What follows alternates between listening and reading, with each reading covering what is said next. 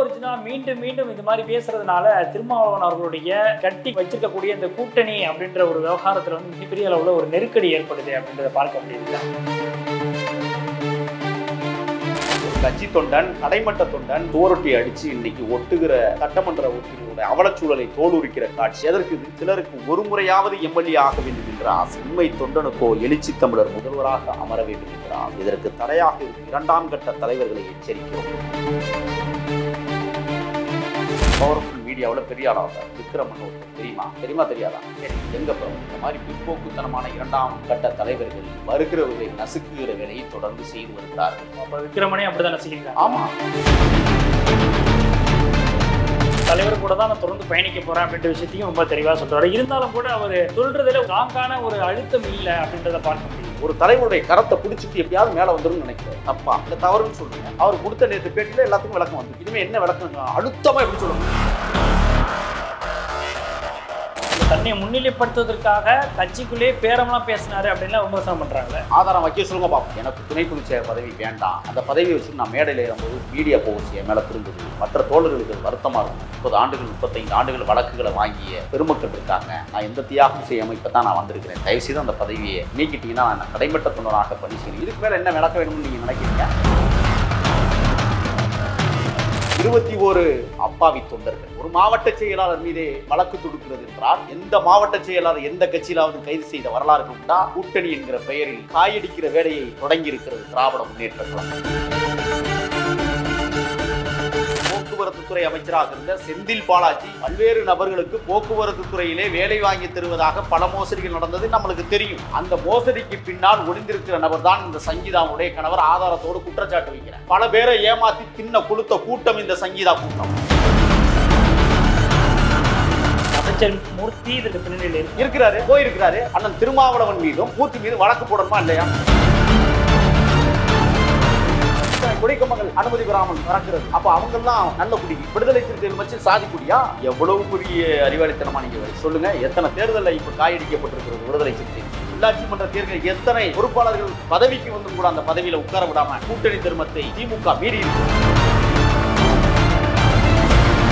அரசு விடுதலை சிறுத்தைகள் கட்சி தொண்டர்களை உடனடியாக இந்த வழக்கில் இருந்து விடுவித்து விடுதலை செய்ய வேண்டும். செய்யுமா? செய்ய மறுப்பீர்களே. ஆனால் நீங்கள் இன்னமும் விடுதலை சிறுத்தைகளை சாதி கட்சியாக பார்க்கிற மனோபாவத்தோடு தான் திமுக நிற்கிறது.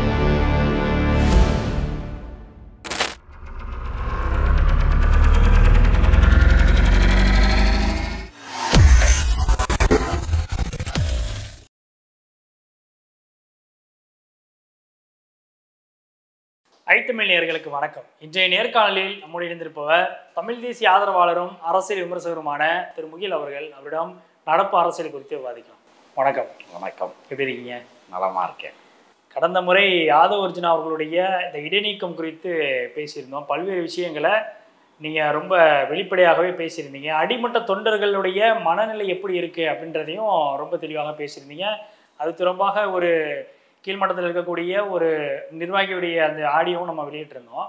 அதனுடைய தொடர்ச்சியாக இப்பொழுது வந்து ஒரிஜினா அவர்கள் பேசியதற்கு தன்னுடைய பேச்சுக்கும் அதனை தொடர்ந்து அவர் இப்போ எதனால் அந்த மாதிரி நான் பேசினேன், திருமாவளவன் அவர்கள் ஏன் முதல்வர் ஆகணும் அப்படின்ற ஒரு டாக்கை வந்து கொண்டு வந்தேன் அப்படின்ற விஷயத்தையெல்லாம் வந்து ரொம்ப விலாவரியாக நேர்காணல் கொடுத்துருக்கிறாரு 2 தொலைக்காட்சிகளில். இருந்தாலும் கூட ஒரிஜினா மீண்டும் மீண்டும் இந்த மாதிரி பேசுறதுனால திருமாவளவன் அவர்கள் கட்டி வச்சிருக்கக்கூடிய இந்த கூட்டணி அப்படின்ற ஒரு விவகாரத்தில் வந்து மிகப்பெரிய அளவில் ஒரு நெருக்கடி ஏற்படுது அப்படின்றத பார்க்க முடியுது. இல்லை, இதை எப்படி புரிஞ்சுக்கிறது?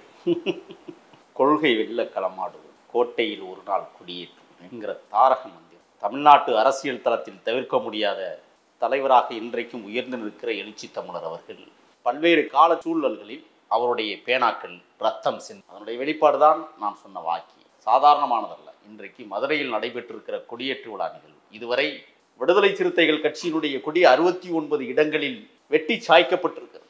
வேற எந்த கட்சிக்காவது இவ்வளவு பெரிய வன்கொடுமைகள் நடக்குமா? தீண்டாமை கொடுமைகள் நடக்குமா? சொல்லுங்கள் பார்க்கல. அனுமதியின்றி வைக்கப்படுற கொடியை அகற்றாங்க அப்படிங்கிறதுக்காக அது தீண்டாமையில் வந்துருமா? எத்தனை கொடி அனுமதி வாங்கி வச்சிருக்காங்க சொல்லுங்க பார்க்கலாம். நெடுஞ்சாலைகளில் ஆங்காங்கே உயர்ந்து நிற்கிற மற்ற இயக்க கொடிகள் எப்படி அனுமதிக்கப்படுகிறது? யார் அனுமதி கொடுத்தது? 3 ஊழியர்களை இன்றைக்கு இடைநீக்கம் செய்து மீண்டும் அவர்கள் பணியில் அமர்த்துவதற்கான திட்டத்தை இந்த தமிழ்நாடு அரசு தொடர்ந்து வழிநடத்தி கொண்டிருக்கிறது என்றால் விடுதலை சிறுத்தைகளை காயடிக்க வேண்டும், விடுதலை சிறுத்தைகளை காயப்படுத்த வேண்டும், விடுதலை சிறுத்தைகளை இந்த மண்ணில் ஒழிக்க வேண்டும் என்கிற ஒரு தத்துவ கோட்பாட்டோடு இன்றைக்கு திராவிட முன்னேற்ற கழகம் தனது பணியை தொடங்கியிருக்கிறது என்ற குற்றச்சாட்டை நான் பதிவு செய்கிறேன். 21 அப்பாவி தொண்டர்கள் ஒரு மாவட்ட செயலாளர் மீதே வழக்கு தொடுக்கிறது என்றால் எந்த மாவட்ட செயலாளர் எந்த கட்சியிலாவது கைது செய்த வரலாறுகள் உண்டா? சொல்லுங்க பார்ப்போம். யாரை நீங்கள் பலிகடாவாக்குகிறீர்கள்? கூட்டணி என்கிற பெயரில் காயடிக்கிற வேலையை தொடங்கி இருக்கிறது திராவிட முன்னேற்ற கழகம். இல்லை, இப்போ இந்த அளவுக்கு அபண்டமா ஒரு அப்பட்டமான ஒரு குற்றச்சாட்டை வைக்கிறீங்க திருமாவளவன். ஆனால் இன்னும் நாங்கள் கூட்டணியில தான் தொடர்ந்துட்டு இருக்கோம். எங்களுடைய கூட்டணி அப்படின்றது ரொம்ப வலுவான கூட்டணி. இந்த மதச்சார்பற்ற கூட்டணியை உருவாக்குறதுல எங்களுக்கும் விசிகாவுக்கும் முக்கிய பங்கு இருக்கு அப்படின்றது தெளிவாக ஒவ்வொரு தடவையும் பேட்டியில வெளிப்படுத்திக்கிட்டே இருக்காரு. ஆனால் இருந்தாலும் இது போன்ற சம்பவங்கள் நடந்துகிட்டு இருக்கிறத அவர் பெருசாக ரியாக்ட் பண்ண மாதிரி தெரியல. இல்லை, ஒரு ஆளுமை தலைவராக அண்ணன் இருக்கிறார், எங்களுக்கெல்லாம் ஒரு மிகப்பெரிய சக்தியாக எங்களை வழிநடத்துகிறார் என்கிற இருமாப்போடு நாங்கள் இருந்து கொண்டிருக்கிறோம். ஒரு செய்தி, இந்தியா கூட்டணியை உருவாக்குவதிலே முதலிடத்தில் தலைவர் எழுச்சி தமிழர் அவர்கள் களம் கண்டிருக்கிறார். ஒரே ஒரு செய்தியை நான் முதல்ல சொல்றேன். தலைவர் யார்? இந்த புரிதல் எல்லோருக்கும் தேவை. தலைவரை போல இன்றைக்கு சிந்தனையாளர்கள் அல்லது வரலாற்று ஆய்வாளர்கள் யாராவது தமிழ்நாட்டு அரசியல் தளத்தில் இருக்கிறார்களா? யாராவது ஒரு ஆளை விரல் விட்டு சொல்லுங்க பார்ப்போம். முனைவர் பட்டம் வாங்கி ஆராய்ச்சி செய்த மாமனிதன் வேற யாராவது இவ்வளவு பெரிய ஆளுமையோடு தமிழ்நாட்டு அரசியல் தளத்தில் ஒரு இயக்கத்தை வழிநடத்தக்கூடிய வகையில், அதுவும் ஒரு தாழ்த்தப்படுத்தப்பட்ட வகுப்பிலிருந்து அன்றாடங்காட்சி மக்களில் இருந்து உருவான ஒரு தலைவன். ஏன்ட வடமலைன்னு ஒரு மிகச்சிறந்த தமிழ் தேசிய போராளி, அவருடைய மகன் ஏதோ இயக்குனர்னு சொல்லிட்டு தமிழ்நாட்டு வீதிகளில் சுற்றி திரிகிறார். அவர் ஒரு கட்சிக்கு தலைவராகவும் இருப்பதாக சொல்லுகிறார். வடமலை என் தேசிய தலைவன் தமிழரசனை வழிநடத்திய தலைவர்களில் ஒருவன். அவர் உயிரோடு இருக்கும்போது என்ற ஒரு விஷயம் சொல்லுவார். சாட்சியாக இன்னும் அவரோடு படுத்து உறங்கிய தம்பிகள் இருக்கிறார்கள். வேண்டுமென்றால் ஆதாரத்தோடு நாங்கள் தெரிவிப்போம். தலைவர் எழுச்சி தமிழர் அவருடைய தந்தையார் ராமசாமி, அவருக்கு 2 மனைவிகள், ஊரறிந்த உலகம் அறிந்த விஷயம்தான். ஒரு நாள் தமிழரசன் என்ன செய்கிறாரு, காசே இல்லை, ஒரு மிதிவண்டி பயணம். அப்போல்லாம் ஆறு இல்லை, ஆறுல பாலம் இல்லை. மிதிவண்டியை மணல் பரப்புலையை ஓட்டி சென்று அண்ணனுடைய அங்கனூருக்கு போகிறார். ராமசாமியை சந்தித்த போது இரவு நேரம், உறங்கி கொண்டிருந்த நேரத்தில் போய் எழுப்பும்போது கூட முதல் மனைவி சண்டை போட்டு, எந்த நேரத்தில் எப்போ எழுப்பக்கூடாது, யார் இது இந்த நேரத்தில் உடனே ராமசாமி இடத்துல கேட்டிருக்கிறார் தலைவர் தமிழரசன், ஆனால் செலவுக்கு பைசாவே இல்லை, இந்த மிதிவண்டியும் ஒரு இடத்துல எடுத்துகிட்டு வந்துட்டேன், ஏதாவது கொஞ்சம் காசு இருந்தால் தாங்க இருங்க சொல்லிட்டு சிறிய மனைவி வீட்டில் வளர்க்கப்படுகிற கோழி சேவல், கோயிலுக்கு நேர்ந்து விட்ட சேவலை யாருக்கும் கத்தாமல் தெரியாமல் பிடிச்சி திட்டக்குடி சந்தையில் உண்டாந்து விட்டுக்கிட்டு அன்றைக்கு 12 ரூபாயை கொடுத்து தலைவன் தமிழரசன் இடத்துல கொடுத்த மாபெரும் மகத்தான போராளி தலைவனை ஈண்டெடுத்த தகப்பன். 12 ரூபாயை கொடுக்கும்போது தலைவர் என்ன செஞ்சிருக்கார், தமிழரசன் 2 ரூபாயை திருப்பி கொடுத்துருக்கா, வச்சுக்கோங்கண்ணே உங்கள் செலவுக்கு வேணும். இல்லை வேண்டாம், திருடிய கோழி தெரிஞ்சு போகும், நீங்களே வச்சுக்கோங்க அப்படின்னு சொல்லி அனுப்பிச்சி விட்றார். போயிட்டார். இந்த சம்பவம் மரியாதைக்குரிய முன்னணி தலைவர்கள் ஒருவராக விளங்கிய வடமலை எங்களிடத்திலே பகிர்ந்து கொண்டார். இன்னொரு சம்பவத்தையும் சொல்றார். இதே போல் மிதிவண்டியில் எத்திக்கிட்டே போய் மணல் பரப்பில் ஒரு தென்னந்தோப்புகளில் படுக்க போட்டுட்டு மிதிவண்டியை நேராக ராமசாமி வீட்டுக்கு போகிறார். நள்ளிரவில் போய் எழுப்புறாரு. ஏன் இந்த நேரத்தில் வந்திருக்கிறீங்க? இல்லை, காவல்துறை கடுமையாக தேடுது, கையில் காசு இல்லை, ஏதாவது பண்ணலாம். சரி வாங்க. வடிவேல் நாயக்கருங்கிற ஒருவருடைய தென்னை மர தோட்டத்தில் போய் 100 தேங்காய்க்கு மேலே பிடுங்கி உரிச்சு 2 மூட்டையில் கட்டி தலை சுமையாக தூக்கிக்கிட்டு சைக்கிளை ஏற்றிக்கிட்டு சைக்கிள் பின்னாடி கேரியரில் ஒரு மூட்டையை வச்சுட்டு திட்டக்குடியில் கொண்டாந்து 60 ரூபாய்க்கு தேங்காயை விற்றுப்புட்டு அரசியல் புரட்சி செய்த மாபெரும் தலைவனை உருவாக்கிய தகப்பன் ராமசாமி. அந்த குடும்பத்தில் பிறந்த தலைமகன் திருமாவளவன். யோசித்து பாருங்கள் அவங்களுடைய களத்தை. ஏன் அண்ணனுக்கு தமிழ் தேசிய தளம் பெரிதாக இருக்கிறது என்றால் இதுதான் அடிப்படை காரணம். இதெல்லாம் யாருக்கும் தெரியாது. இதெல்லாம் நாங்கள் கேள்விப்பட்ட போது இப்படி ஒரு தகப்பனாக இருந்த தமிழ்நாட்டில் ஒரு தலைவனை உருவாக்குவதற்கு தன்னையே தியாகம் செய்திருக்கிற தலைவன். யோசித்து பாருங்கள். இன்னைக்கு ஒரு கொடியை கோட்டையில் ஏற்றுகிற கனவோடு இருக்கிற விடுதலை சிறுத்தைகள் கொடி மதுரை மண்ணில் ஏற்றவே கூடாதுன்னு சொல்ற ஒரு மாவட்ட ஆட்சித்தலைவர் சங்கீதான் நான் நினைக்கிறேன். குற்றச்சாட்டை பதிவு செய்கிறேன். சங்கீதா தலைமைச் செயலகத்தில் ஒரு அதிகாரியாக வேலை செய்கிற போது அனைத்திந்திய அண்ணா திராவிட முன்னேற்ற கழகத்தில் அன்றைக்கு அமைச்சராக இருந்த போக்குவரத்து துறை அமைச்சராக இருந்த செந்தில் பாலாஜி பல்வேறு நபர்களுக்கு போக்குவரத்து துறையிலே வேலை வாங்கி தருவதாக பல மோசடிகள் நடந்தது நம்மளுக்கு தெரியும். அந்த மோசடிக்கு பின்னால் ஒளிந்திருக்கிற நபர் தான் இந்த சங்கீதாவுடைய கணவர். ஆதாரத்தோடு குற்றச்சாட்டு வைக்கிறேன். பல பேரை ஏமாத்தி தின்ன கொளுத்த கூட்டம் இந்த சங்கீதா கூட்டம். அவங்க கணவர் மேல இன்னைக்கும் வழக்குகள் இருக்கிறது. நான் வேணா நீங்க சொல்லுங்க, ஆதாரத்தோட அத்தனை பேரையும் கூட்டியாந்து இங்க நிப்பாட்டுறேன். 20 லட்சம் 30 லட்சம் கொடுத்து ஏமாந்தவர்கள் இந்த சங்கீதா கணவர்கிட்ட விளக்க சொல்ல முடியுமா சங்கீதா? ஆனால் ஒரு கட்சி கொடியை பார்த்து அவங்கள நீ சாதிய காழ்ப்புணர்ச்சியோடு இவங்கெல்லாம் என்ன சமூக நீதி பேசுறதுக்காக சமூக நீதி மண்ணில் இன்னைக்கு இவர்கள்லாம் மாவட்ட ஆட்சித்தலைவர். நான் சொல்றேன், இந்த அம்மாவை தீண்டாமை வன்கொடுமை தடுப்பு சட்டத்தின் கீழ் கைது செய்யப்பட வேண்டும் நான் சொல்றேன். பார்க்கிற பார்வையை தப்பு இல்ல. இந்த கொடியை ஏற்றியது யார்? ஒரு இயக்கத்துடைய தலைவர். இந்த கொடி ஏற்றுவதற்கு பின்னால் நின்றவர் யார்? ஒரு அமைச்சர் மூர்த்தி. அப்ப நீ யார் மேல வழக்கு போடணும்? அமைச்சர் மூர்த்தி இந்த பின்னணியில் இருக்கிறாரு, போயிருக்கிறாரு. அண்ணன் திருமாவளவன் மீதும் மூர்த்தி மீது வழக்கு போடணுமா இல்லையா? அப்பாவி தொண்டர் மீது வழக்கு போடுவதற்கு என்ன தகுதி இருக்கு இந்த அம்மாவுக்கு? நான் கேட்கிறேன், நீங்கள் யார்? ஒரு கொடி பறப்பது கூட உங்களுக்கு கொடுமை என்றால் நீங்கள் ஆட்சி கட்டிலில் இருப்பதே எங்களுக்கு கொடுமை நாங்க கருதுறோம். அனைத்து தரப்பு மக்களையும் சமமாக பாதிக்கக்கூடிய சமூக நீதியை நிலைநாட்டக்கூடிய வகையில் அல்லவா இந்த அம்மா செயல்பட்டு இருக்கணும். மதுரையில இன்னைக்கு வர கிட்டத்தட்ட 7 கொடிக்கம்பங்களை மதுரை மாவட்டத்தில் மட்டும் இந்த அம்மா ஏத்த விடாம இன்னைக்கு வர தடுத்து வச்சிருக்காங்க. என்ன காரணம்? மதுரை மண்டலத்தில் நுழைவோமா? எத்தனை கொடிக்கம்பங்கள் அனுமதி பெறாமல் பறக்கிறது? அப்ப அவங்கெல்லாம் நல்ல குடி, விடுதலை சிறுத்தைகள் வச்சு சாதி குடியா? நான் கேட்கிறேன், என்ன தகுதி இருக்கு? உன் கணவர் குற்றவாளி, அவர் வாங்கிய பணத்தில் உங்களுக்கும் பங்கு இருக்குன்னு நான் குற்றச்சாட்டு வைக்கிறேன். மறுக்க முடியுமா? வழக்கு போடுங்க பார்ப்போம். இப்போ இத்தனை இடைஞ்சல்கள் விசிகாவுக்கு எதிராக தொடர்ந்து இப்போ வரைக்கும் நடந்துக்கிட்டே இருக்கு. அதாவது ஆதவர்ஜுனா விவகாரத்தில் அவர் இடைநீக்கம் செய்யப்பட்ட பிறகும் கூட இந்த விசிகாவுடைய இந்த கொடியேற்றுறதுல மிகப்பெரிய அளவில் பிரச்சனைகள் ஏற்பட்டுக்கிட்டே இருக்கு. ஏற்கனவே மதுரையிலே இன்னொரு சம்பவம் நடந்திருக்கு, நாகப்பட்டினத்தில் நடந்திருக்கு, கடலூர் நடந்திருக்கு. இது மாதிரியான நம்ம பட்டியலிட்டே போகலாம். நீங்கள் குறிப்பிட்டது போல அது எந்த அளவுக்கு அந்த அளவிற்கு இருக்குமா அப்படின்றது எனக்கு அது சந்தேகமாக தான் இருக்குது. ஆனால் அதிகமாக விசிகா குடியேற்றதில் மிகப்பெரிய அளவில் பிரச்சனை இருக்குது அப்படின்றத பார்க்க முடியுது. இத்தனை பிரச்சனைகளையும் தாண்டி இங்கே காவல்துறையோ அல்லது ஆட்சி அதிகாரத்தை கையில் வச்சிருக்கக்கூடிய இங்கே இருக்கக்கூடிய முதல்வர் அவர்கள் இந்த விஷயத்தில் கவனம் செலுத்தாமல் இன்னும் இருக்கிறார் அப்படின்னு எடுத்துக்கிறீங்களா? இல்லை, கவனம் செலுத்தினதுனால தான் 3 அதிகாரிகளுக்கு திருப்பி மறுவாழ்வு கொடுத்துருக்கிறார் என்றே நான் கருது. கவனத்தை செலுத்தியிருக்கிறார். இந்த 21 பேர் மீது சாட்டப்பட்டிருக்கிற குற்றச்சாட்டுகள் எஃப்ஐஆர் பதிவு பண்ணிக்கிறார். நேற்று எங்களது அண்ணன் ஆதவர்ஜுனா ஒரு நேரலையில் பேசுகிறாரே, 21 பேர் மீது நீங்கள் எஃப்ஐஆர் முதல் தகவல் அறிக்கை குற்ற நகல் அறிக்கையை கொடுக்குற அளவிற்கு இன்றைக்கு அந்த தொண்டர்கள் மீது நீங்கள் வழக்கு போட்டிருக்கிறீங்கன்னு சொன்னா குடியேற்றணும் போராடியவர்கள் மேல வழக்கு. அப்ப அவருடைய வாழ்வாதாரம் எங்கே போய் நிற்கும்?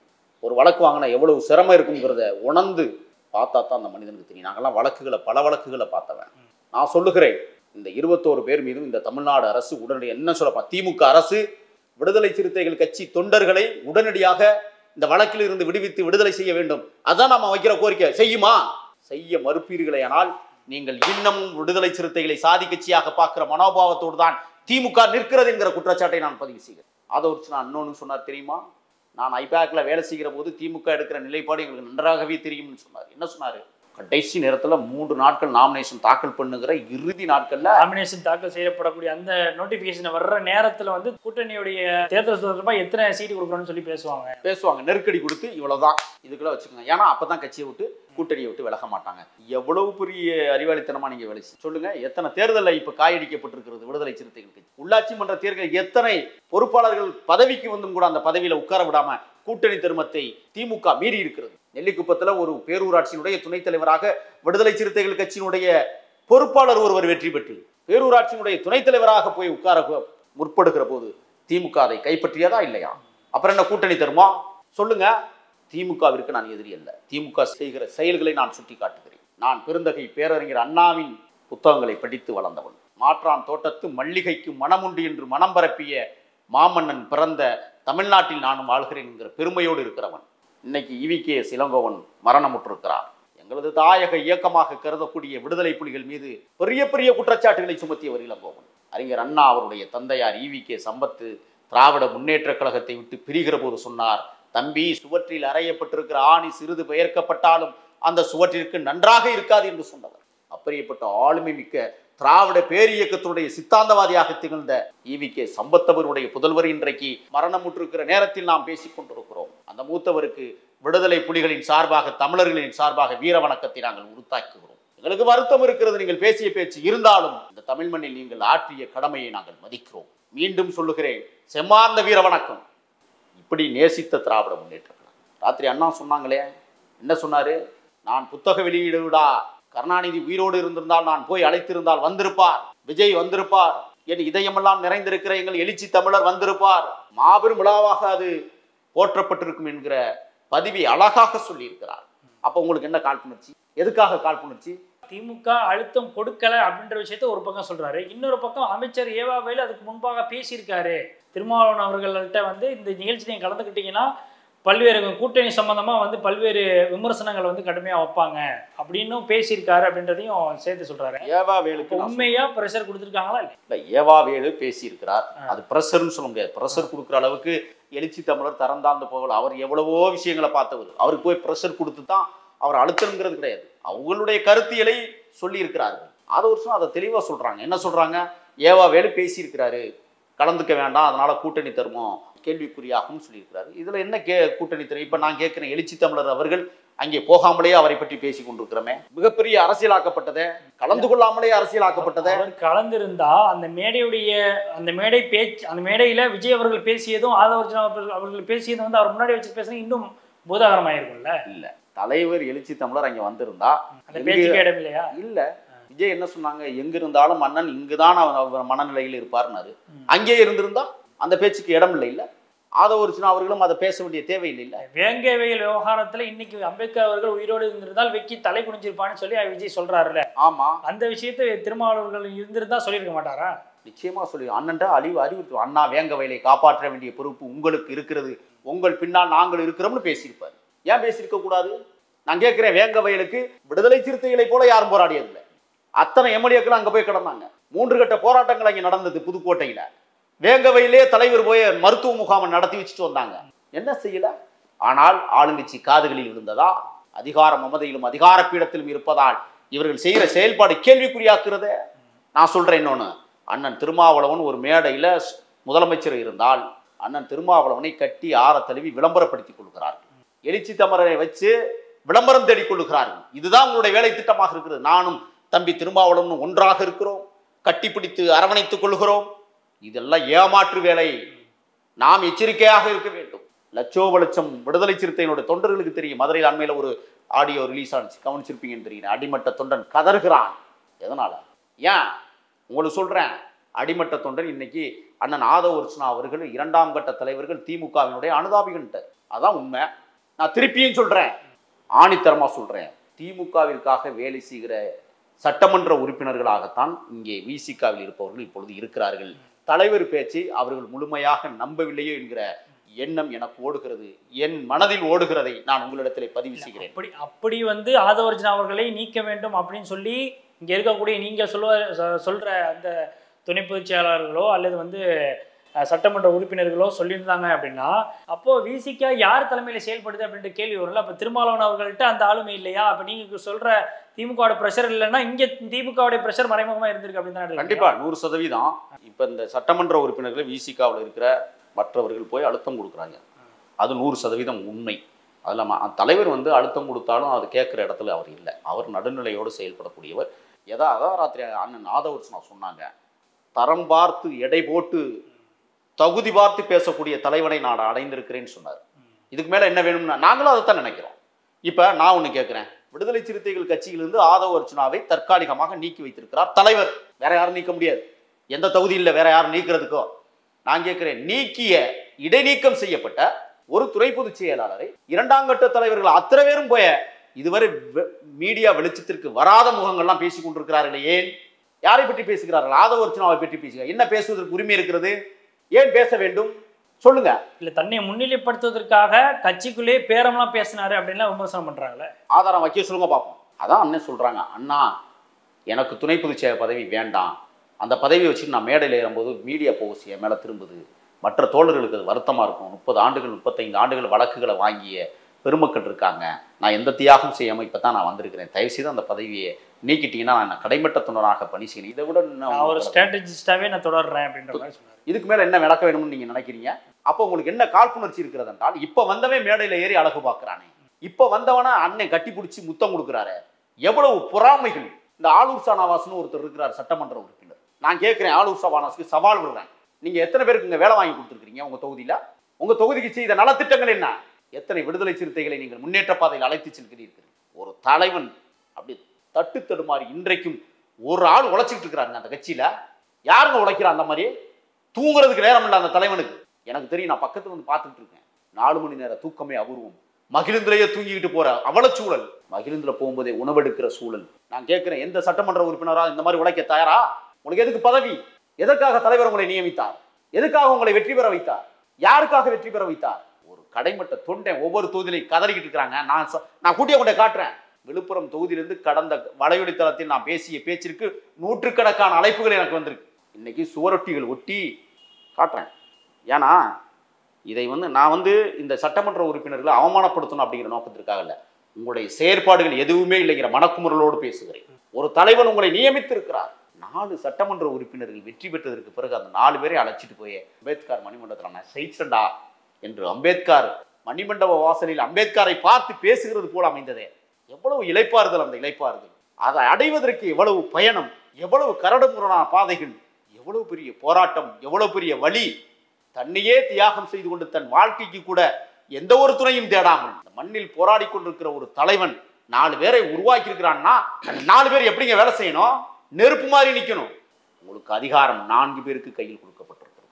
பிளஸ் ஒரு பாராளுமன்ற உறுப்பினர். அவர்களுடைய தொகுதியுடைய உரிமைகளுக்காகவும் தொகுதி பிரச்சனைகளுக்காகவும் தொடர்ந்து சட்டமன்றத்திலையும் சரி இங்கே பாராளுமன்றத்திலையும் பேசிட்டு தானே இருக்கிறாங்க. பேசவே இல்லை அப்படின்னு எந்த வகையில் சொல்லுவீங்க? நான் சொல்றது நீங்க கூர்ந்து கவனிக்கணும். அரசு கொடுக்கிற நலத்திட்ட உதவிகள் செஞ்சுதான் ஆனது, வேற வழி இல்லை. கட்சிக்காக என்ன செய்தீர்கள்? தொண்டர்களுக்காக என்ன செய்தீர்கள்? உங்களை வெற்றி பெற வைப்பதற்காக இரவும் பகலும் பாடுபட்ட அந்த தொண்டன் மீது நீங்கள் என்ன மதிப்பு வைத்திருக்கிறீர்கள்? எவனுக்கு அவனை தூக்கி விட்டுருக்கீங்க? எவனை தூக்கி விட்டுருக்கீங்க? இங்க பாருங்க, நான் காட்டுறேன். என்ன மதிப்பு மரியாதை கொடுக்குறேன்னு சொல்றீங்க? வர்ற இடத்துல தம்பி உட்கார், தம்பி சாப்பிட்டீங்களாம், அதை கூட கேட்கறது. இங்க பாருங்க, ஒரு கட்சி தொண்டன், கடைமட்ட தொண்டன் சுவரொட்டி அடிச்சு இன்னைக்கு ஒட்டுகிற சட்டமன்ற உறுப்பினருடைய அவலச்சூழலை தோலுரிக்கிற காட்சிகள் எதற்கு? இது என்ன சட்டமன்ற தொகுதியில என்ன எந்த ஊர் கண்டிக்கிறோம்? எந்த ஊர்லாம் நான் சொல்ல மாட்டேன், ஒட்டியிருக்காங்க. கண்டிக்கிறோம், கண்டிக்கின்றோம். சிலருக்கு இன்னொரு முறை எம்எல்ஏ ஆக வேண்டும் என்ற ஆசை, சிலருக்கு ஒரு முறையாவது எம்எல்ஏ ஆக வேண்டும் என்ற ஆசை, உண்மை தொண்டனுக்கோ எழுச்சி தமிழர் முதல்வராக அமர வேண்டும் என்ற ஆசை. இதற்கு தடையாக இருக்கும் 2ஆம் கட்ட தலைவர்களை எச்சரிக்கிறோம். தலித் மக்களின் உணர்வுகளுக்கு எதிராக பேசும் திமுக அமைச்சர்களை கண்டிக்காத ஆளூர் ஷாநவாஸை கண்டிக்கிறோம். விசிக என்றால் அது எங்கள் எழுச்சி தமிழர் மட்டுமே என்கிற அற்புதமான ஒரு கடைசி தொண்டனுடைய வழியை துணை முதல்வர் 2026 முதல்வர் 2031 எங்களது அடுத்த பாய்ச்சல் தொடரும்னு எழுதி ஒரு சுவரொட்டியை ஓட்டுற அளவிற்கு ஒரு சாதாரண தொண்டன், வலி நிறைந்த தொண்டன், வலிமையான தொண்டன் சுவரொட்டியை ஓட்டுகிற அளவிற்கு கொண்டு போய் இந்த 2ஆம் கட்ட தலைவர்கள் வைத்திருக்கிறார்கள் என்றால் யாருடைய உழைப்பை நீங்கள் சுரண்டி கொடுக்கிறீர்கள்? யாருடைய உழைப்பை வீணடிக்கிறீர்கள்? யாருக்காக வீணடிக்கிறீர்கள்? இதுதான் நான் வைக்கிற கேள்வி. நான் என்ன சொல்றேன்னா, நான் சாதிய பிரச்சனையை நாங்களும் சந்தித்தவர்கள். நான் ஒரு தமிழ் தேசியவாதியாக இருந்தாலும் பல ஊர்களில் போய் சாதிய ஆணவத்திற்கு எதிராக தலை கொடுத்தவர்கள். என் தலைவன் பிரபாகரன் வழியில் நடப்பவர்கள். நான் ஒரு தலைவன் இன்னொரு தலைவனை பார்த்து சைவ சிறுத்தை என்று சொன்ன மகத்தான தலைவன் எழுச்சி தமிழர் ஒவ்வொரு நாளும் போராடுவதை கண்களால் சகித்து கொண்டிருக்க முடியவில்லை. நான் திருப்பியும் கேட்கிறேன், இப்ப நீங்க இந்த அளவுக்கு ரொம்ப அந்த விஷயத்துல சட்டமன்ற உறுப்பினர்கள், துணை பொதுச் செயலாளர்கள் எல்லாருமே நீங்க சொல்ல வர பாயிண்ட் அப்படித்தான் நான் என்னால புரிஞ்சிக்க முடியுது. திருமாவளவன் அவர்களுக்கு நேர் எதிராக செயல்படுறாங்க அவங்கெல்லாம் அப்படின்ற மாதிரி நீங்க ஒரு கோணத்துல கொண்டு போறீங்களே. அப்படி இல்லை. தலைவன் எவ்வளவு உழைப்பு உழைக்கிறாரோ அந்த உழைப்பை பார்த்து உழைக்க வேண்டிய எண்ணம் இல்லாமல் இருக்கிறார்கள். அப்ப அதுவே தலைவனுக்கு எதிரான கருத்து தான், தலைவருக்கு எதிரானவர்கள் தான். நான் கேட்கிறேன், ஒரு மேடை போட்டால் மேடையில் பேசிட்டு போனால் மட்டும் நீங்கள் பொறுப்பாளரா? கடைசி மட்ட தொண்டனை என்ன தெரியுமா ஆசைப்படுறேன்? அண்ணே அதிகாரம் கையில் வந்துருச்சுண்ணே, 5 பேர் அதிகாரத்தில் இருக்கிறாங்கண்ணே, 5 பேர் நினச்ச ஒரு 50 பேருக்கு வேலை வாங்கி கொடுத்துடலாமேண்ணே, ஆட்சியில் பங்கு அப்புறம் கேட்டுக்கோம்னே, அதிகாரத்தில் பங்கு வந்துச்சு எப்பனே கொடுத்தாங்கன்னு கேட்குறான். இதுக்கு என்ன பதில் இருக்கிறது? 2ஆம் கட்ட தலைவர்கள்ட்ட என்ன பதில் இருக்கு சொல்லுங்க பார்ப்போம். இப்போ யாரை நீங்கள் தலைவருடைய, நான் திருப்பியும் சொல்கிறேன், தலைவருடைய சிந்தனையை, தலைவருடைய எண்ணத்தை, தலைவருடைய கொள்கையை, கோட்பாட்டை நீங்கள் கடைபிடிக்கவில்லை. 5 நட்சத்திரத்தில் ஒரு நட்சத்திரம் போன தமிழ் தேசியம். எத்தனை பேர் தமிழ் தேசியம் பேசுறாங்க? 2ஆம் கட்ட தலைவர்கள் பேசுறாங்க சொல்லுங்க பார்ப்போம். நீங்க எத்தனை பேர் தேசிய தலைவர் பிரபாகரனை தலைவராக ஏற்றிருக்கிறான் சொல்லுங்க பார்ப்போம். அதை தலைவர் திருமாவளவன் அவர்களே பெருசா பேசுறது இல்லையே. தலைவர் அதெல்லாம் அவர் போயிட்டு இருக்கிறாங்க, நீண்ட தொலைவு பயணத்துல போயிட்டு இருக்கிறாங்க. இடையில நிக்கிற நம்ம தாங்க 2ஆம் கட்ட தலைவர் தாங்க இந்த மண்ணை செதுக்கணும், இந்த இளைஞர்களை பக்குவப்படுத்தணும், இந்த இளைஞர்களுக்கு வழிகாட்டணும். நீங்க என்ன செஞ்சுக்கிட்டு இருக்கிறீங்க? யாரை வழிகாட்டுகிட்டு இருக்கிறீங்க? திமுகவிற்கு போய் துணையா நின்றுகிட்டு இருக்கிறீங்க. இந்த குற்றச்சாட்டை நான் பதிவு செய்யறேன், ஓப்பனா தான் சொல்றேன். ரொம்ப அபத்தமா இருக்கு நீங்க சொல்ற குற்றச்சாட்டு. அபத்தமெல்லாம் கிடையாது, நான் திருப்பி சொல்லுவேன். அப்புறம் என்னை வாய கலராதீங்க. இல்ல, ஆதவ் அர்ஜுனா அவர்கள் இப்பதான் சமீபத்துல ஒரு வருஷத்துக்குள்ளாக தான் ஆகுது அவர் கட்சிக்குள்ள வந்தேன். சரி, அவருக்கு அந்த அளவுக்கு முக்கியத்துவம் கொடுக்கப்படுது, வெகு விரைவாக அவருக்கு பதவி கொடுக்கப்படுது. அதோட சேர்த்து இன்னும் கூடுதலாக அவர் ஒரு லைம் லைட்டுக்கு வர்றாரு, மீடியா ஃபோக்கஸ் ஃபுல்லா அவர் பக்கம் திரும்புது. அதையும் தாண்டி தொடர்ந்து கிட்டத்தட்ட ஒரு 10 வருஷமாகவே கூட்டணியில கிட்டத்தட்ட 8 வருஷம் நினைக்கிறேன், 2016க்கு பிறகு தொடர்ந்து விசிகா திமுகவுடைய கூட்டணியில தான் தொடர்ந்துகிட்டு இருக்கிறாங்க. அப்போ அப்படிங்கிற பட்சத்தில் அந்த கூட்டணியை சிதைப்பதற்கு, அந்த கூட்டணிக்கு கூட்டணிக்குள்ள பெரிய குழப்பத்தை ஏற்படுத்தணும் அப்படிங்கிற ஒரே காரணத்துக்காக ஆதவ் அர்ஜுனா ஏவப்பட்டிருக்காரு அப்படின்ற விமர்சனம் வைக்கிறாங்களே. வாய கலர் இல்லை, எனக்கு நான் கேட்குறேன். அந்த குற்றச்சாட்டு வருது இல்லை, அந்த குற்றச்சாட்டை நம்ம அதையும் பரிசீலனை பண்ணி தானே ஆகணும். இப்போ நான் ஒன்று சொல்லவா? இப்போ ஆதவ் அர்ஜுனா ஒரு வருஷம் தான் ஆகுது, ஒரு பெரிய நிறுவனத்துடைய தலைவர், தேர்தல் வியூக வகுப்பாளர். தேர்தலை வியூகம் என்ற அளவிற்கு வகுத்து சொல்கிற அளவுக்கு ஒரு தகுதி படைத்த ஒரு மனிதனாக இருக்கிறார்.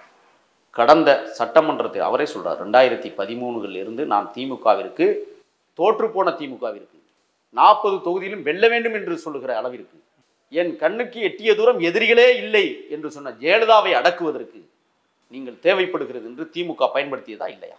இருந்துச்சுல்ல, அந்த தகுதி இருக்குல்ல.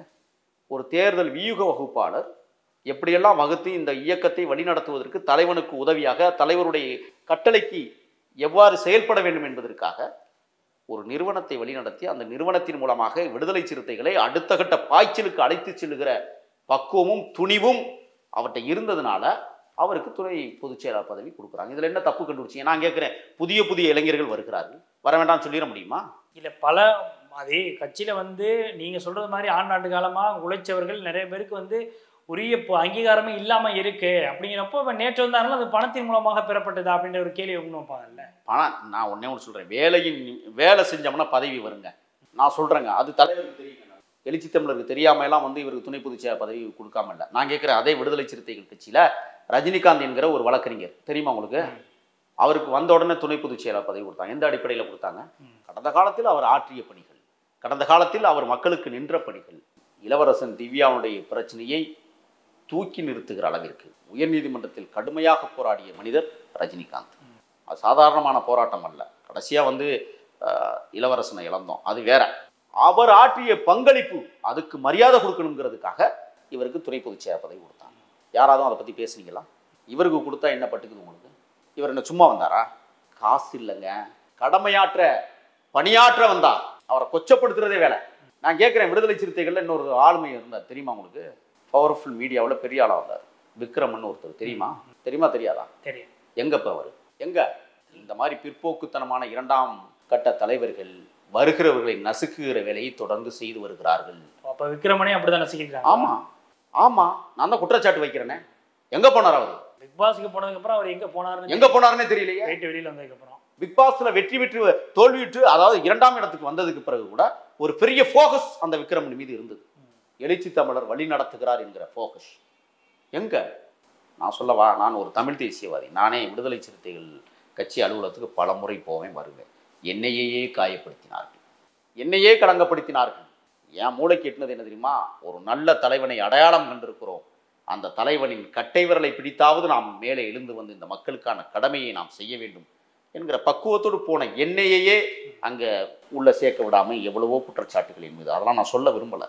சீமானுக்கிட்ட நான் ஒரு உதவியை கொண்டு, சீமானுக்கிட்ட நான் வீட்டில் கிடந்தேன், சீமானோடு பயணித்தேன், சீமானுடைய விஷயங்கள் தெரிஞ்சிச்சு வெளியில் வந்துட்டேன். நான் 2013 வெளியில் சொல்லிட்டேன், நல்ல தலைமை இல்லை, ஆளுமை தலைமை இல்லை, ஆகையால் இவரோடு பயணிப்பது சரியாக இருக்காது அரசியல் தளத்தில் என்று நான் 2013 வெளியில் வந்துட்டேன். என்னை சொன்னாங்க, விசிகா ஆஃபீஸில் சீமானுக்கு உளவு சொல்கிறதுக்காக இவன் வர்றான்னு சொன்னாங்க. சொல்லுங்கள் பார்ப்போம், அண்ணனை சுற்றி இருக்கிறவர்கள் ஆபத்தானவர்கள். நான் பார்க்குறேன், அண்ணன் தெளிவோடு இருப்பார் என்கிற நம்பிக்கையில் தான் தூரத்தில் நின்று பார்த்து கொண்டிருக்கிறேன் தலைவனை. இந்த மண்ணிற்கு மகத்துவம் சேர்க்கிறதுக்கு ஒரு மனிதன், மாமனிதன், ஒரு அடித்தட்டு இடத்திலிருந்து பிறந்து வந்த மனிதனை பாதுகாக்க வேண்டிய பொறுப்பும் கடமையும் எனக்கும் இருக்கிறது. இந்த மனிதனை எப்படியாவது இந்த மண்ணிலிருந்து, இந்த மண்ணின் விடுதலைக்காக ஒரு தலைவன் பிறந்திருக்கிறான் என்கிற பெருமிதத்தோடு நான் அந்த அந்த அந்த அலுவலகம் அடிக்கடி போவேன். என்னையே அவர்கள் வரவிடாமல் தடுத்தவர்கள், அண்மையிலே ஒரு படத்தொடக்க விழாவில் என்னை வந்து ஒரு வார்த்தை சொன்னாங்க. தமிழ் தேசிய போராளின்னு ஒரு வார்த்தை சொல்லி என்னை அழைச்சி பேச வைக்கிறாங்க. அதையே பொறுத்து கொள்ள முடியாமல் அண்ணனை சுற்றி இருக்கிறவர்கள் என்னை விமர்சனம் செய்தார்கள். அவர்களுக்கு தெரியுமா என்னுடைய போராட்டம்? 1995 புலிகளோடு பழகிய பெருமை உடையவன். புலிகளுக்காக என்ன செய்தோம் என்று என்னுடைய சக நண்பர்கள் இன்னும் புதுக்கோட்டைகளில் இருக்கிறார்கள். போய் விசாரித்துக் கொள்ளட்டும். நாங்கள் செய்த வேலை என்ன, எவ்வளவு பெரிய வேலைகளை செய்திருக்கிறோம், எவ்வளவு பெரிய தியாகத்தை செய்துவிட்டு இந்த இடத்திற்கு வந்திருக்கிறோம் என்பதை அறியாதவர்கள் பேசுகிறார்கள். பேசட்டும் என்று நான் பொறுமையில் தமிழ் தேசியவாதின்னு சொல்றதே அவங்களால பொறுத்துக்க முடியல. அப்படிப்பட்டவர்கள் தான் அண்ணனுக்கு பின்னணியில் இருக்கிற எடுபடிகளாக சில பேர் இருக்கிறார்கள். இது போன்ற நபர்கள் தான் ஆதவர்ஜுனா அவர்களுடைய வளர்ச்சி பிடிக்காம தடுக்கிறாங்க. 100%. இப்போ இந்த விஷயத்தோட தாண்டி சபரீசன் அவர்களுடைய கை இதுல முக்கியமா இருக்கு. குறிப்பாக இந்த கூட்டணி விவகாரத்தை எல்லாம் தாண்டி சபரீசன் அவர்களுக்கும் ஆதவர்ஜுனா அவர்களுக்கும் ஏற்கனவே ஒரு முரண் இருந்துச்சு. அந்த ஒரு பிரச்சனையில தான் இன்னைக்கு சபரீசன் மூலமாக இன்னைக்கு வந்து நெருக்கடி கொடுத்து ஆதவர்ஜுனாவை வந்து முடக்க பார்க்குறாங்க. அதற்கு எதிராக வேலை பார்க்கணும் அப்படிங்கிறதுனால தான் திமுக கூட்டணியை உடைப்பதற்கான வேலையை ஆதவர்ஜுனா பார்க்கிறாரு. சபரீசனுக்கும் ஆதவர்ஜுனாவுக்கும் இருக்கக்கூடிய பிரச்சனையில இந்த இரண்டு கட்சிகளையும் வழிகேடாக்குறாங்க. அதான் ராத்திரி அண்ணன் தெளிவா சொல்லிட்டாங்களே. சபரீசன் 20 நாட்களுக்கு முன்பு என் வீட்டிலே ரைடு நடத்துகிற போது ஃபோன் பண்ணி சபரீசன் வந்து எனக்கு அழைப்பு கொடுத்து என்ன எதுவும் பிரச்சனையா, எதுவும் செய்ய வேண்டுமா என்று கேட்டார்னா ஒண்ணும் இல்லைன்னா எதுவும் பிரச்சனை இல்லைன்னு சொல்லிட்டாரு. அப்புறம் என்ன ஆதவர்ஜுனாவுக்கும் சபரீசனுக்கு என்ன பிரச்சனை? முடிச்சு போடுகிற வேலை. அவருக்கு எந்த ஒரு பிரச்சனையும் இல்லைன்னா முடிச்சு போடுகிற வேலை. நான் என்ன சொல்றேன்னா, எம்பி பதவிக்கு எம்எல்ஏவுக்கும் தான் திமுகவுல போய் ஐபேக் வேலையை செஞ்சார் இவர். நிறைய பேர் கேட்டாங்க, உங்களுக்கு எம்பி பதவி கொடுக்கலைங்கிறதுக்காக வெளியேறீங்க. அவர் சொன்னார், எம்பி பதவி வேணும்னா நான் ஏன் விசிகாவுக்கு போக வேண்டும்? எம்பி பதவி தருகிற இடத்திலேயே நான் போய் சேர்ந்திருக்க வேண்டும். தெளிவாக சொன்னார். அதனால அதான் சொல்றேனே, ஒரு காழ்ப்புணர்ச்சியோட நான் திருப்பியும் சொல்றேன். தலைவர் வந்து இந்த 2ஆம் கட்ட தலைவர்கள் ஒரு சில பேர் போய் மீடியாவில் உட்காந்து ஆதவர்ஜுனாவை பேச சொன்னது, தலைவரா பேச சொன்னார். யாரை கேட்டு நீங்கள் பேசினீர்கள்? யாரை பேசுகிறீர்கள்? உங்க கட்சியில இருக்கிற துணை பொதுச் செயலாளர் நீங்களே கேவலமா பேசுவீங்களா? தலைவர் எப்படி அனுமதித்தார்னு நான் கேட்கிறேன். அவர் சொல்லியிருக்க மாட்டார். இவர்களை யாரோ தூண்டுகிறார்கள் வெளியில் இருந்து. இப்பதான் அண்ணன் எச்சரிக்கையா இருக்குன்னு நான் சொல்லலாம். ஒரு மனிதனை உங்களுக்கு பிடிக்கலன்னா உங்களோட வச்சுக்கோங்க. இயக்கத்தையும் அண்ணனையும் கொண்டாந்து இணைச்சிடக்கூடாது. இப்ப அது எங்க போய் நிற்குது? மற்ற கட்சிகளுக்கு அதை இடமளித்திருக்கிறார்கள் இவர்கள். மற்ற கட்சிகள் விடுதலை சிறுத்தைகளை கேவலமாக பார்ப்பதற்கு இந்த 2ஆம் கட்ட தலைவர்கள் ஒரு சில பேர் மீடியாவில் போய் பேசி அவமானப்படுத்தி கொண்டிருக்கிறார்கள். அவர்களெல்லாம் நிறுத்த வேணும்னு சொல்றேன். அண்ணன் அதை உடனடியாக செய்யணும்னு ஆசைப்படுறேன். என்னை கூட அண்ணன் கூப்பிட்டு வச்சு கண்டிக்கட்டும். ஏன் விடுதலை சிறுத்தைகளை பற்றி இவ்வளவு விஷயமா பேசுறீங்கன்னு கேட்கட்டும். அண்ணா, விடுதலை சிறுத்தைகள் நீடூழி வாழ வேண்டும். பல தலைமுறைகளுக்கு இந்த விடுதலை சிறுத்தைகள் தேவைப்படுகிறது. அடுத்த தலைமுறையை நீங்கள் உருவாக்குவதற்கு நீங்கள் சரியாக இருக்க வேண்டும். உங்கள் உடல்நலனில் அக்கறை கொண்டவன், உங்களை பாதுகாப்பாக நான் இருக்க வேண்டும் என்று பார்த்து கொண்டிருக்கிறவன், இந்த மண்ணிற்கு தேவைப்படுகிற தலைவன். உங்களையும் சிதைக்கிறார்கள். உங்கள் எண்ணத்தை சிதைப்பதற்கு முயல்கிறார்கள். நான் சொல்றேன், இப்ப திமுக விசிக கூட்டணி அதுக்கெல்லாம் நான் வரலங்க. அது தலைவர் முடிவு எடுத்துக்கிடுவாருன்னு அண்ணன் சொல்லிட்டா நானும் அதை தான் விரும்புகிறேன். அண்ணன் முடிவு எடுத்துக்கிட்டு என்ன வேணாலும் முடிவு எடுத்துக்கிட்டு. இவர்கள் யாருங்க? அண்ணனால் பதவிக்கு வந்தவர்கள். நான் தான் சொன்னேன், ரவிக்குமார் போய் அடுத்த மொண்டாட்டி காலில் விழுந்தாரே, என் தலைவனுடைய தாய் இன்னும் உயிரோடு தானே இருக்கா, அந்த தாயினுடைய காலடியில் போய் விழுந்தாரான்னு நான் கேட்டேன். இப்பவும் கேட்குறேன். ஆகையால் நான் என்ன சொல்றேன்னா, ஒரு கட்சி ஒரு முடிவெடுக்கும். அந்த முடிவுக்கு எல்லோரும் கட்டுப்படணும். தலைவர் வந்து தற்காலிகமாக நீக்கி வச்சிருக்கிறாரு, அவ்வளோதான். அடுத்த கட்டமா தலைவர் கூட தான் நான் தொடர்ந்து பயணிக்க போறேன் அப்படின்ற விஷயத்தையும் ரொம்ப தெளிவாக சொல்றாரு. இருந்தாலும் கூட அவர் சொல்றதுல ஒரு ஸ்ட்ராங்கான ஒரு அழுத்தம் இல்லை அப்படின்றத பார்க்க முடியுது. இல்லைங்க, ஏன்னா அவர் வந்து விஜய் பக்கம் போவீங்களா அப்படின்றத கேட்கும்பொழுது கூட ஒரு தெளிவான ஒரு பதில் இல்லை. இல்லை, நான் அடிச்சு சொல்றேன், நான் தலைவர் கூட தான் இருப்பேன், அவர் என்ன நடவடிக்கை எடுத்தாலும் அவருடைய பேச்சுக்கு கட்டுப்படுவேன் அப்படின்ற ஒரு வார்த்தை வெளிப்படையாக வரலையே. நேற்று நடந்த அந்த நேர்காணலில் அந்த அம்மா வந்து ரொம்ப இடைச்சீர்களா பேசவே விடாம தடுத்த பகுதியெல்லாம் நீங்க பார்த்துருக்கீங்க. முதல்ல அவரை பேச கேட்ட கேள்வி நியாயமான கேள்வி தானே? இல்லை, யார் கேட்ட கேள்வி நியாயமா இருந்தாலும் ஒரு கேப் விட்டு கேட்கணும். முதல்ல அவரை பேச விடணும். அவரை சங்கராச்சாரியர் அவரை கேட்ட கேள்விக்கு நேரடியாக பதில் சொல்லாம வேற வேற விஷயங்கள் கடந்து போகும்போது இடைச்செருகல் கேள்வி அதிகமாக. இங்க பாருங்க, கட்சியில தற்காலிகமாக நீக்கி வைத்திருக்கிறார். அந்த நீக்கப்பட்ட இடத்திலிருந்து ஒரு மனிதன் ஒரு விடயத்தை பேசுகிறார் என்றால் ரொம்ப கவனமா பேசணும். ஏன்னா ஏற்கனவே வந்து கவனமா பேசி இருந்தாலும் கூட அதுல வந்து காழ்ப்புணர்ச்சி வந்தது.